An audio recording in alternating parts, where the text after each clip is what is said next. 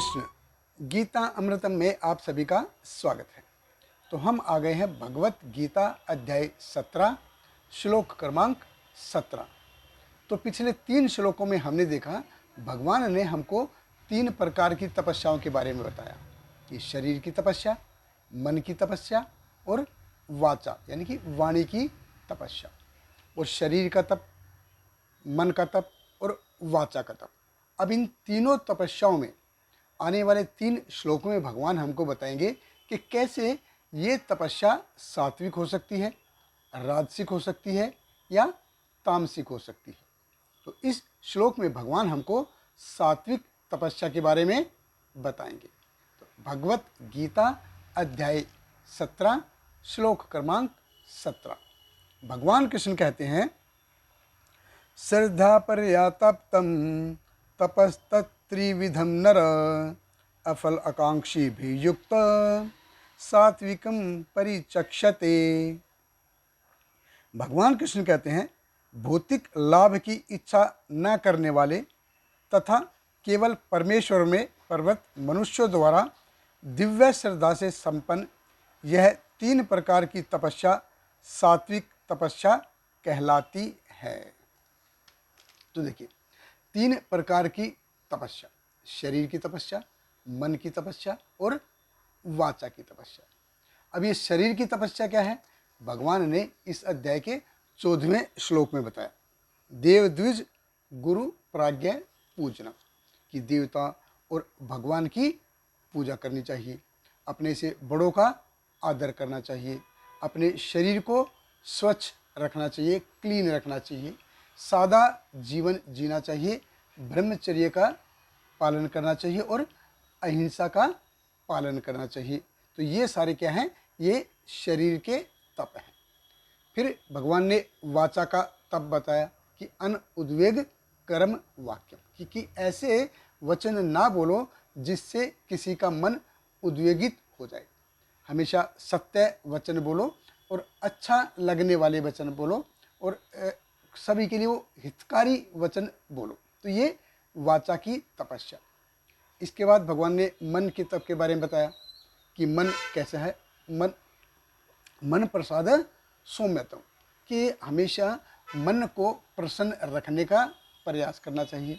सौम्यतम या थोड़ा कूल रहना चाहिए, ज़्यादा बोलने का प्रयास नहीं करना चाहिए, जितना ज़रूरत है उतना बोलना चाहिए। और सभी प्रकार जो मन का जो एजिटेशन होते हैं उससे कैसे अपने मन को कंट्रोल करना चाहिए, अपनी चेतना को शुद्ध करने का प्रयास करना चाहिए। तो ये मन की तपस्या है।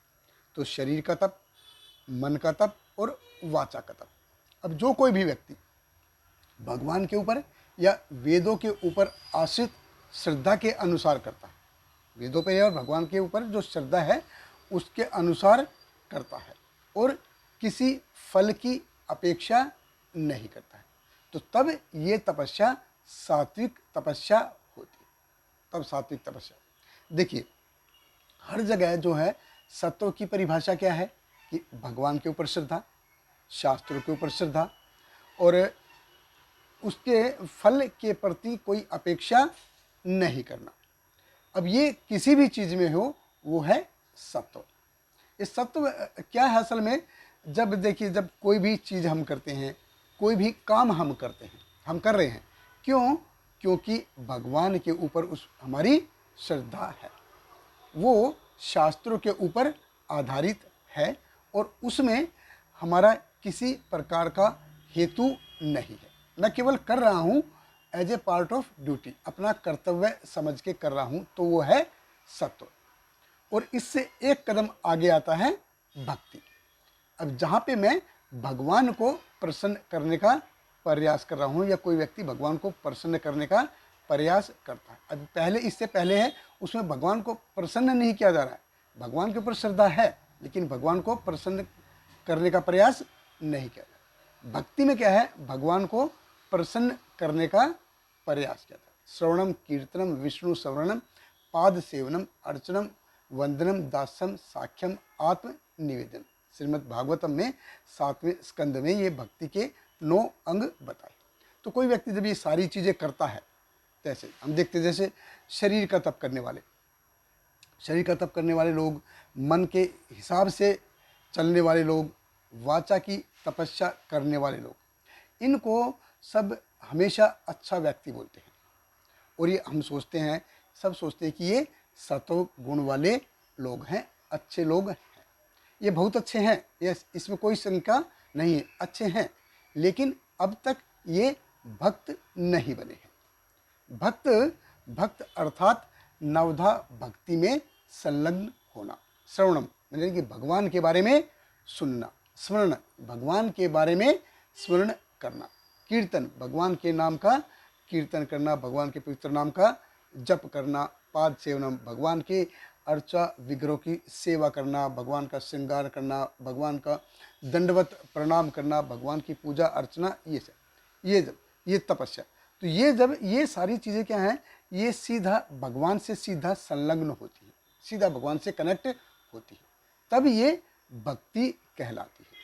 अगर ये सारी चीज़ें जो तपस्याएं जैसे करी हैं, तो ज़िंदगी में अगर किसी दूसरे मकसद से, ज़िंदगी के किसी दूसरे पहलू से अगर करते हैं, तो तब ये श्रद्धा कहलाती है, ये तपस्या कहलाती है, तो ये भक्ति नहीं कहलाती, ये कृष्ण भावना भावित भक्ति नहीं है।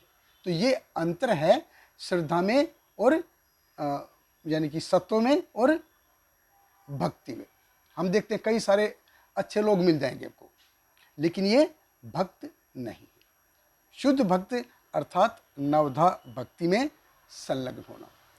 अन्यथा शरीर की तपस्या करने वाले लोग, मन की तपस्या करने वाले लोग या वाचा की तपस्या करने वाले बहुत सारे लोग मिल जाएंगे। बहुत बहुत धन्यवाद। हरे कृष्ण। श्रील प्रभुपाद की जय। हरे कृष्णा कृष्ण कृष्ण हरे हरे, हरे राम राम राम हरे हरे।